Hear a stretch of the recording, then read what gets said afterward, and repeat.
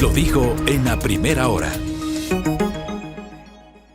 ¿Qué pasa con la Corte Nacional de Justicia? Nosotros a inicios de esta semana, el lunes, tuvimos aquí en nuestra mesa de trabajo a la jueza Emma Tapia Rivera, que tuvo una postura muy crítica sobre el proceso de elección de la nueva autoridad que presidirá la Corte Nacional de Justicia, presidente o presidenta. La elección comenzó la semana anterior sobre la base de 3 candidaturas: el actual presidente Iván Saguicela Rodas, que busca la reelección, la doctora Daniela Camacho, el doctor José Swing. Luego una especie de segunda vuelta entre el doctor Saguicela y la doctora Camacho, y el resultado fue 9 votos para el doctor Saguicela, 6 para la doctora Camacho. El doctor Saguicela necesita 12 votos. Y luego, bueno, no se instaló la sesión, la doctora Tapia cuestionó aquello y argumentó justamente lo que había pasado en la sesión del viernes pasado. La pregunta es, ¿Iván Saguicela es o no a esta hora presidente de la Corte Nacional de Justicia? ¿Sigue siendo presidente? El propio doctor Saguicela tiene la gentileza de acompañarnos en esta mañana. Doctor, bienvenido, qué gusto, ¿cómo le va? Buenos días, muchas gracias. En primer lugar, quiero destacar que siempre la Corte Nacional de Justicia es, como yo le adjetivé, de justicia abierta.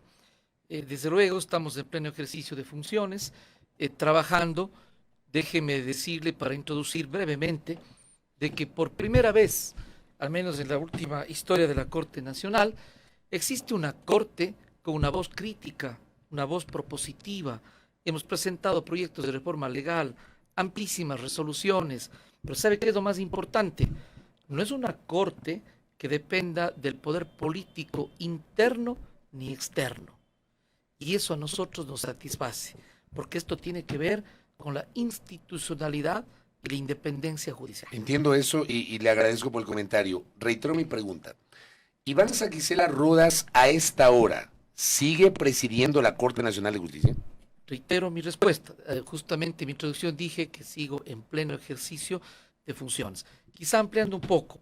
De acuerdo a mi acción de personal y de acuerdo a la norma, mi periodo es de 3 años, cuando inició un 5 de febrero. Mi acción de personal así es como está determinada, de manera tal que mi periodo es hasta el 5 de febrero. Empero, yo debo ser legalmente reemplazado. ¿Cuál es la forma legal de ser reemplazado? Cuando existe la elección de un nuevo presidente. Si es que yo no soy legalmente reemplazado, luego podré explicar, debe aplicarse la figura jurídica clara, determinante, expresa de la ley, que es la prórroga en funciones. Justamente, doctor, importante señalar esto de la acción de personal que usted refiere, porque respecto de hasta cuándo va su presidencia se ha dicho bastante. Hay quienes sostienen que la presidencia fenece el día de mañana, que concluyó el pasado viernes cuando se sometió a votación estas propuestas para quien deba presidir la Corte Nacional de Justicia, y entonces allí se generaron dudas alrededor de este tema. Creo que no existe ninguna. Yo no voy a polemizar con ningún compañero ni compañera. Cada quien es responsable de por qué dar sus opiniones, por qué y cuáles son las intenciones de ventilar aspectos de la Corte Nacional en los medios de comunicación. Nosotros no somos actores políticos, esto no es una campaña interna menos externa, somos jueces y juezas. Lo que yo he manifestado, soy claro, estoy en pleno ejercicio de funciones, cumpliendo mi trabajo. Antes de ayer, cabalmente, estuvimos trabajando con el SNAI para lo que tiene que ver con la repatriación. Estamos trabajando en proyectos, en fin, en pleno ejercicio de funciones. Quizá aclarar, ya que se hace necesario frente a la inquietud que ustedes plantean, al parecer lo que se ha dicho es que cuando se convoca a elecciones se deja de ser presidente. A todas luces eso es errado, es como si el Consejo Nacional Electoral convoca elecciones del presidente de la República y por haber convocado el presidente deja de ser tal. Eso es errado. Reitero, yo tengo un nombramiento hasta el 5 de febrero. El 5 de febrero, en teoría, debería terminar su cargo de presidente de la Corte. Así es, de presidente de la Corte. Ya, porque el periodo son 3 años. Ya, pero y obviamente no puede ser menor. Los 3 años se cumplen el 5. El 5 de febrero. Ya, y usted decía, si no hay un reemplazo, usted permanecerá en funciones prorrogadas hasta que sea reemplazado. Ahí es, me parece, donde se generan estos cuestionamientos. ¿En qué normas se sustenta la prórroga de la presidencia de la Corte Nacional de Justicia? Nos gustaría conocer eso, doctor. Vale la pena explicar lo siguiente. En primer lugar, en forma breve, no se trata de un aferrarse al cargo, ni mucho menos, porque también se puede señalar, ¿no? De lo que se trata es que ha habido un proceso de elecciones. Yo he obtenido la mayoría, sí, no se trata de una posición de Iván Saquicela, sino de una mayoría de la Corte. Pero hay dos posibilidades. La una, de que en efecto llegue a haber la elección del presidente. Y es lo que yo pretendo. Yo vuelvo a insistir a mis compañeras y a mis compañeros, particularmente a mi compañera Daniela Camacho, a mi compañero José Swin, que podamos dialogar y más allá de las aspiraciones personales que son respetables, pero tiene que primar el interés institucional y llegar a un acuerdo. Ahora bien, si es que no hay ese escenario, ¿qué es lo que tiene que suceder? Tiene que aplicarse las normas. ¿Qué establece, Fabricio, el artículo 121 del Código Orgánico de la Función Judicial? Lo pueden revisar, se trata de normas. Si ustedes desean, podemos mirar la disposición. Lo que establece es lo siguiente.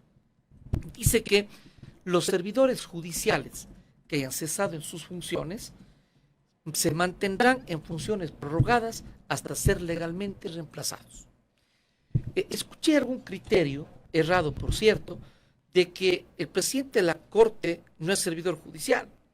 Luego escuché el criterio, errado también, de que el presidente de la Corte no cumple funciones jurisdiccionales. El artículo 38 del Código Orgánico de la Función Judicial, pero sin interpretaciones, sin mayor cosa, clarísimo. Lo que dice el texto. Dice, ¿quiénes son servidores judiciales? Número uno, los jueces y jueces con jueces y con jueces. El hecho de ser presidente de la Corte no le quita la calidad de juez. Porque usted, No, pues no. porque usted siendo presidente es juzgador. Igual hay casos que usted juzga. Por supuesto. Por ejemplo, yo trato habeas corpus, yo trato temas de extradición. Y es más, de acuerdo al Código Orgánico de la Función Judicial, yo soy parte de una sala. Nada más que yo tengo dos posibilidades, de acuerdo a la ley, ¿no? Encargar mi despacho a un juez o con jueza o seguir en ejercicio de funciones de la sala. Pero como sin sala, yo soy de la sala penal, yo cumplo funciones jurisdiccionales. Yo ordeno privaciones de la libertad cuando tramito una extradición. Yo resuelvo habeas corpus, que a todas luces son aspectos jurisdiccionales. ¿Usted puede integrar un tribunal de casación o no? Sí, claro. También. Claro.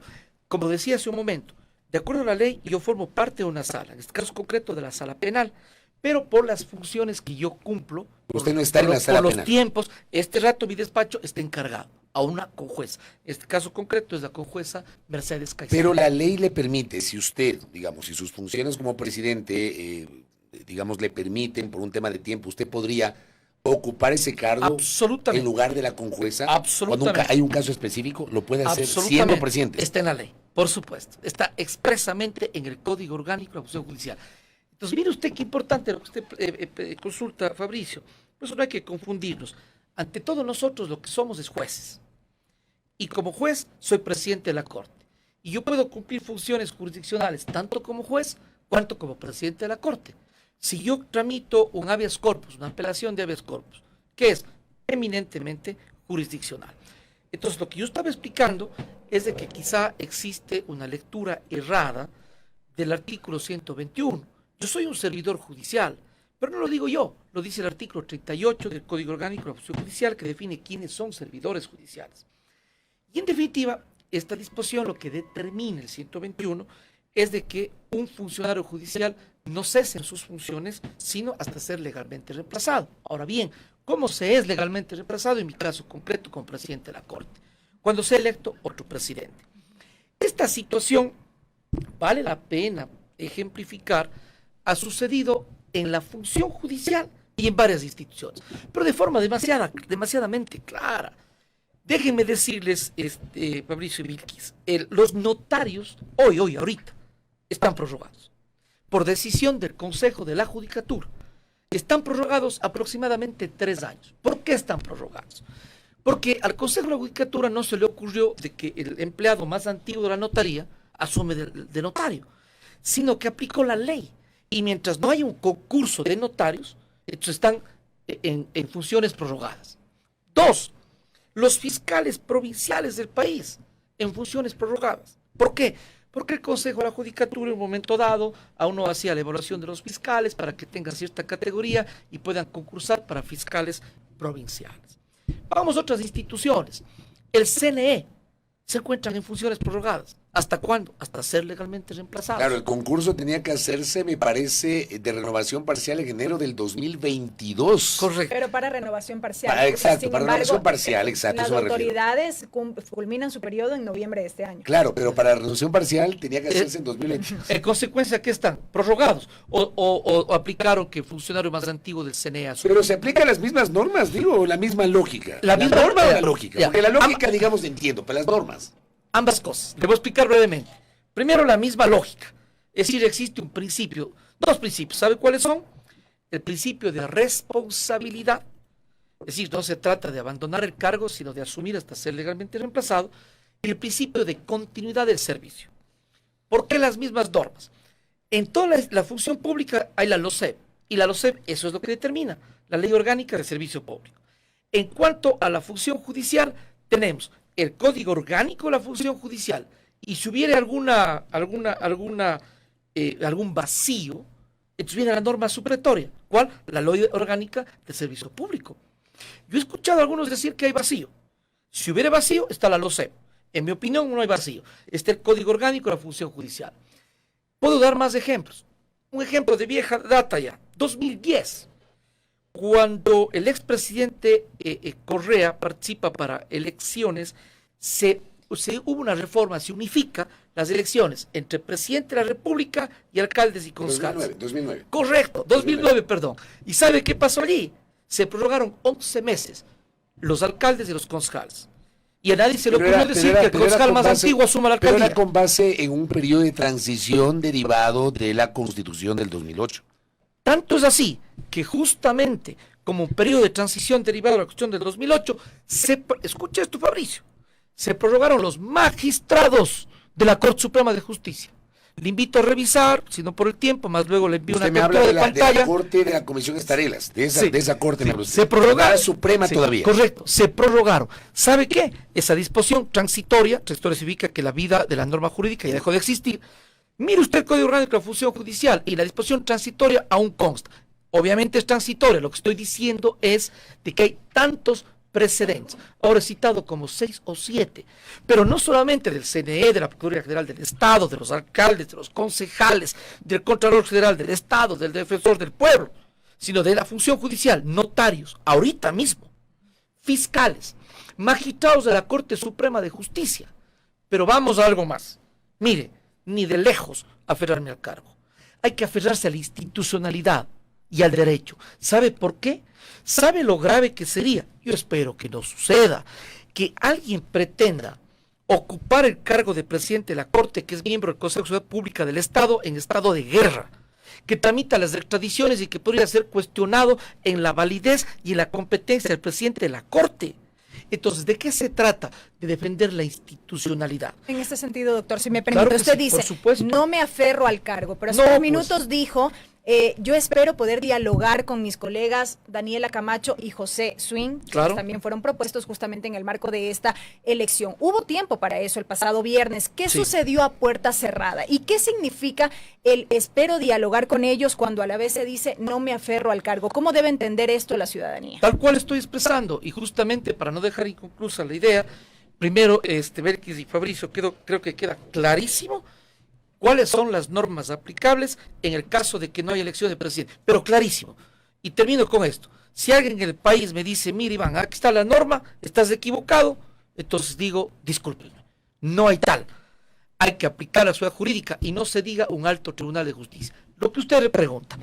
Mire, de lo que se trata es de que yo fui electo el periodo anterior y ya hubo una situación en donde justamente como somos pocos y ahora somos apenas 15 de los 21 que debemos ser. Entonces, claro, si somos 15 y hay 3 candidatos, evidentemente es complejo llegar a una mayoría. Yo diría imposible, imposible. Somos 3 candidatos, yo saqué 9 votos, José 3 votos, Daniela 3 votos. Imposible que alguien obtenga 12. ¿Cuál es la posibilidad? La posibilidad es llegar a un acuerdo. Pero para que ellos depongan estas candidaturas. No necesariamente, pero una fórmula que se ha hecho muchas veces en la Corte y que aparece como con una legitimación democrática de que quienes tengan la minoría serán a favor de la mayoría.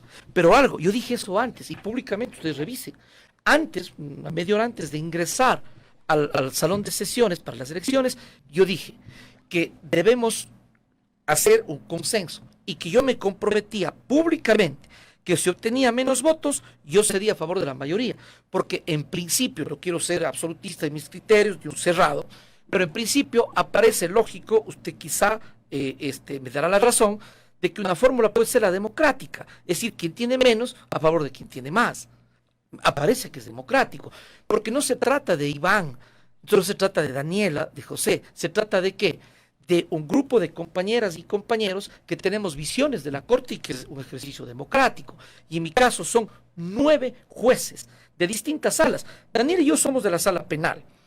De la sala penal, al menos aparentemente, porque el voto es secreto, pero se han expresado con criterios de los compañeros, casi toda la sala penal, excepto Daniela, apoya a Iván Saquicela. De otras salas, de la sala laboral, en fin, al menos de lo que hemos conversado, porque claro, el voto es secreto. Entonces, sin perjuicio de aquello, yo hoy, nuevamente, les digo a mis compañeras y mis compañeros, pensemos en una posibilidad de consenso. Si tiene que haber renunciamientos, conversemos, yo no tengo problema. Lo que sí tengo cuestionamiento es a que en el evento en que no haya un proceso, más que un proceso, lea la decisión de elegir presidente, por favor, cuidemos. Yo por eso soy muy cuidadoso en mis expresiones. Durante el proceso no acepté ninguna entrevista. A usted mismo, Fabricio, a veces dice, doctor, ¿por qué eso viene? ¿No? Y es porque tengo que ser cuidadoso. Yo no hablé. Y ahora que hablo, soy también muy cuidadoso. ¿Por qué? Esto no sobra. Nosotros somos brevísimamente la Corte Suprema o un Tribunal Supremo en términos genéricos. Esta no es una elección externa, donde veo con mucha pena y a veces con indignación actores políticos sumados a favor de unos, a favor de otros. Por favor, eso es meter las manos en la justicia. Este es un procedimiento interno. Bueno, somos tribunal, no somos políticos. Que actores externos opinen o traten de tener alguna injerencia en elecciones de la presidencia de lo que antes era Corte Suprema, Corte Nacional, a mí no me sorprende. No me sorprende porque en lo personal yo he sido testigo. ¿Ha pasado esto? Claro, pues yo me acuerdo en la Corte Suprema de Justicia del 98 al 2004, ya que era una corte de 31 magistrados en donde los periodistas siempre ubicábamos a los de la centroizquierda con los socialcristianos, siempre había estas desavenencias y había el componente político. O sea, para mí no es ajeno esto. El tema es que usted... Pero no debería ser, ¿no? Claro, eso no debería ser. Debería ser. El deber ser no debería ser. Correcto, en eso coincidimos. Y tenemos que evitar lo más posible para resguardar la institucionalidad. El tema es que, a ver, usted alcanza, y es verdad, usted tiene el mayor número de votos, le faltan 3. Usted ha planteado que quien tiene menos votos debería sumarse. Pero yo le pregunto sin zurrar, y esto le preguntaba en Matapia Rivera el día lunes, la posibilidad de que todos declinen. Iván Saquicela, Daniela Camacho, ya lo hizo José Swing. No, bueno, entiendo. Bueno, no es que lo hizo, fue la segunda vuelta. Bueno, ya no digámoslo así, ya, de que declinen todos y se postulen otros. O sea, que aparezca alguien de consenso que tenga esos 12 votos que se necesitan antes del fin de semana, cuando ya no será posible volver a instalar la sesión de elección porque 4 magistrados saldrán de la Corte y no podrán ser reemplazados en este momento. O sea, la Corte tiene que tener por lo menos, claro. Exacto, doctor. O sea, no hay esa posibilidad. Para mí sí existe. Usted sí está dispuesto a declinar su candidatura. Pero tengo que estar dispuesto a todo en aras de la institucionalidad, en todo lo que signifique legítimo y democrático. Pero se ha hablado de esto, de que usted no hemos decline. Conversado. No hemos conversado.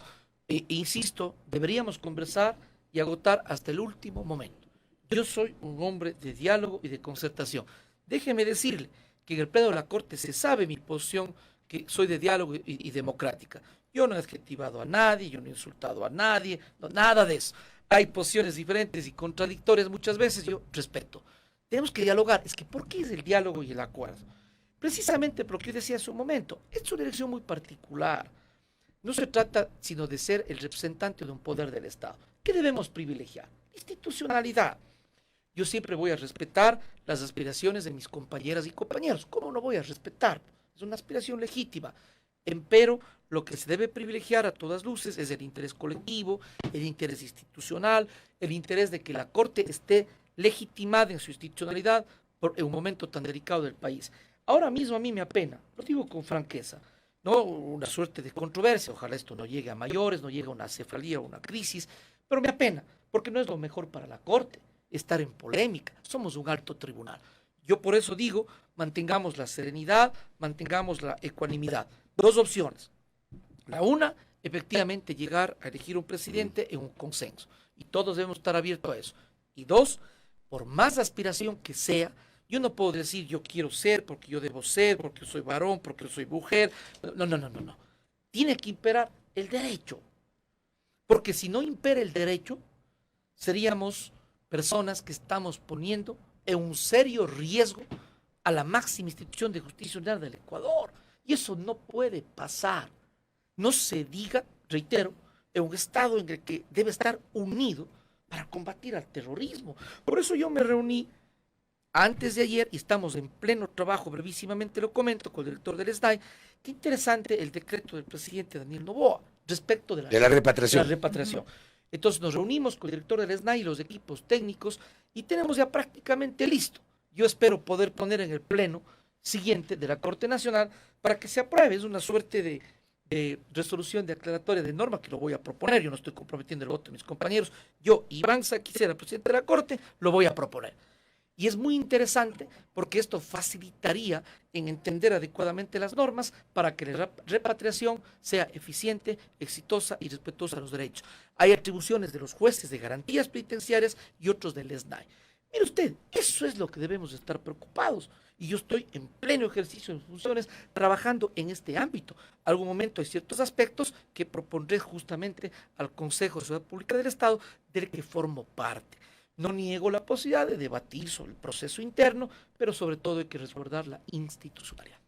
Doctor, en cuanto al procedimiento y un poco para entenderlo mejor, ya vamos casi a una semana desde la suspensión de la sesión. ¿Qué es lo que debe pasar? ¿Quién debe convocar? ¿Hasta cuándo exactamente se debe convocar? ¿Se mantienen estas mismas propuestas que quedaron ya en el aire, digámoslo así, el viernes pasado? ¿Cómo se debe proceder para ya zanjar el tema de la elección del nuevo presidente? Lo que debe suceder es de que debemos partir de que la sesión fue convocada por mi persona como presidente de la Corte. El momento que se postuló mi nombre, yo me excusé de dirigir la sesión, lo cual es correcto, no debo hacerlo yo. Entonces, ¿quién está dirigiendo la sesión? Es la compañera Katy Muñoz Subía. Ella es la presidenta subrogante, electa el mismo día que mi persona y con el mismo periodo. Entonces, Katy es la persona que tiene que reanudar la sesión, que solamente está suspendida.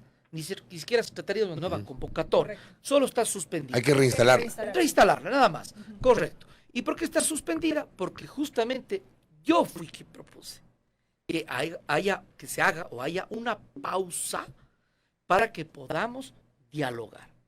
Yo propuse.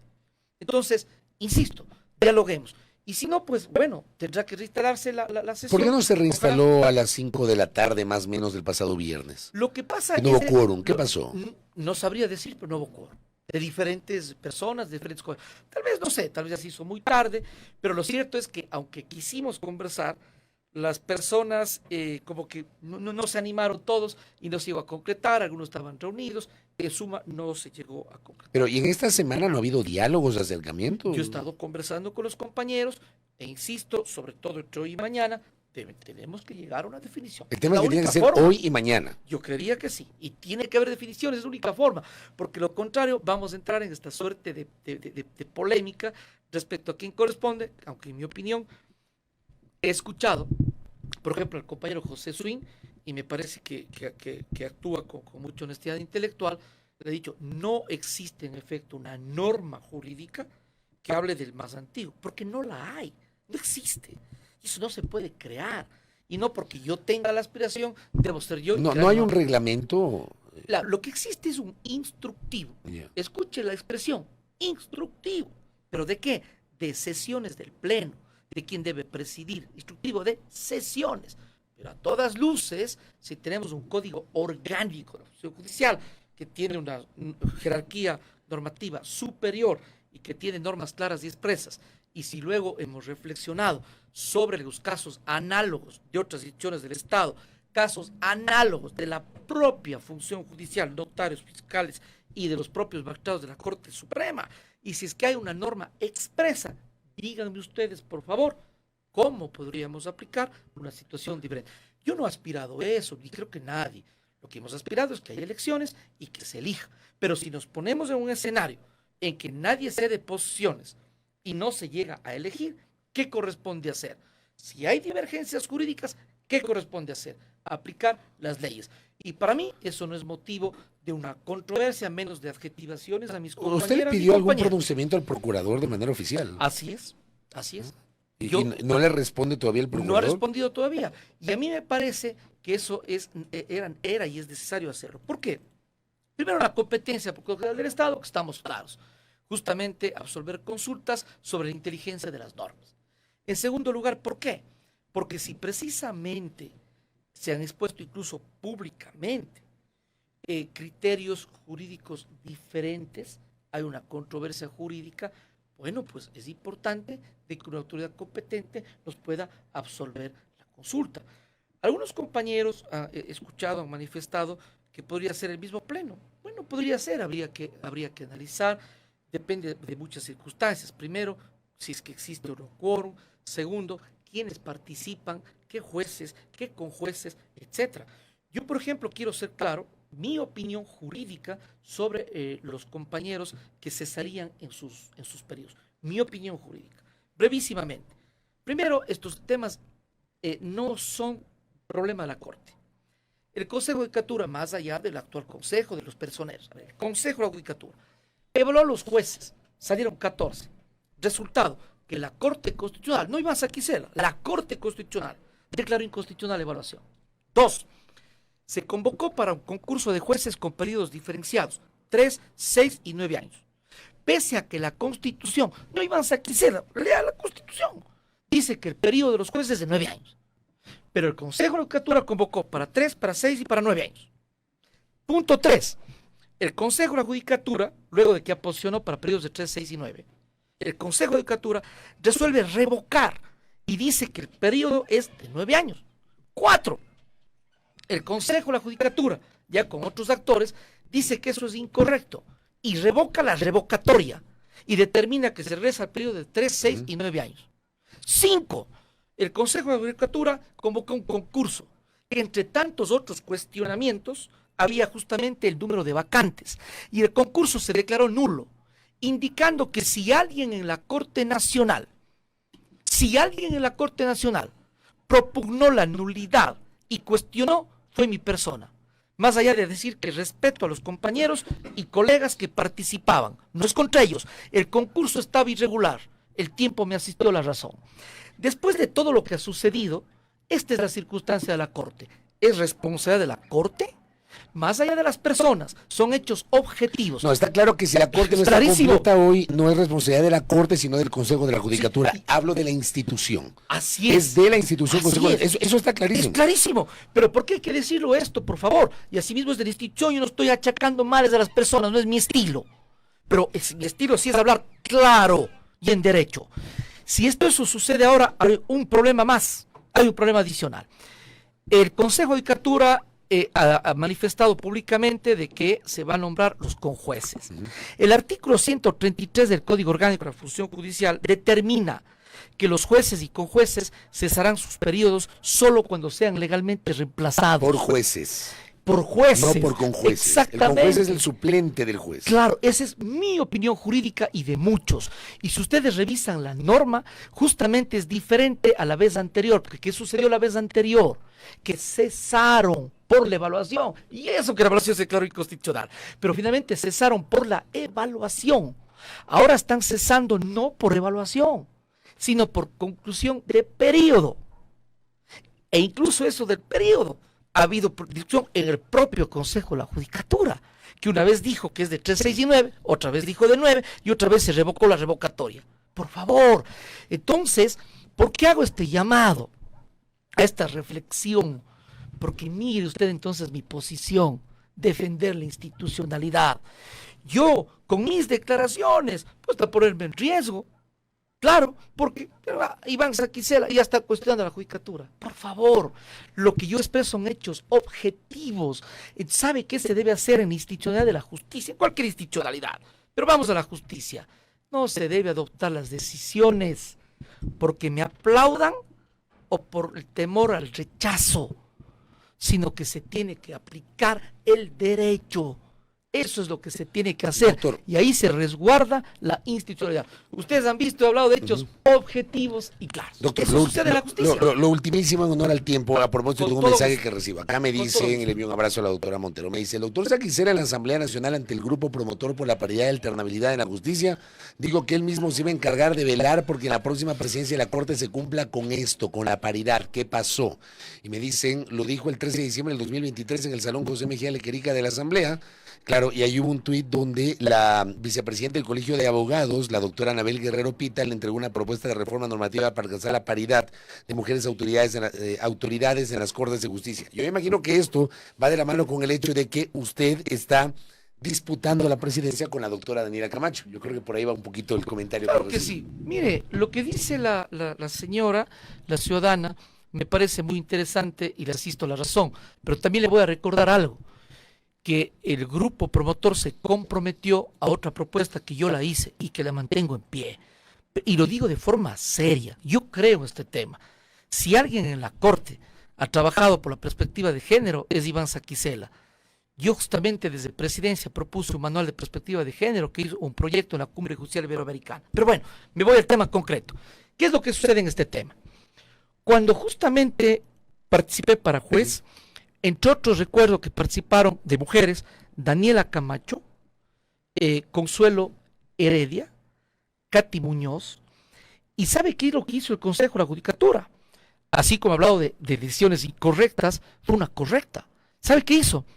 Se consideró en el concurso la paridad, es decir, desde el concurso tenía que haber paridad entre hombres y mujeres. Sin embargo, en el actual concurso, o el concurso que declaró nulo, no se consideró.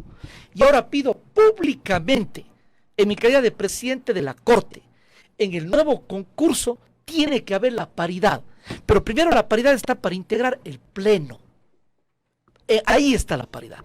Luego, como dice la ciudadana, en efecto, nos entregaron una propuesta de reforma normativa, clarísimo, ¿no? De reformar la ley. Y por último, mi aprecio y respeto a mis compañeras, que incluye Daniela, digo incluye porque ella es candidata, pero hay más, Estema Tapia, Katy Muñoz, Consuelo Heredia, Rosana Morales, en fin, con juezas, Mercedes Caicedo, varias compañeras que con el mismo derecho, desde la perspectiva de género, podrían ser presidentas. Pero ahora mismo hay un nombre, Daniela Camacho. De acuerdo, pero es un asunto normativo, como acaba de decir.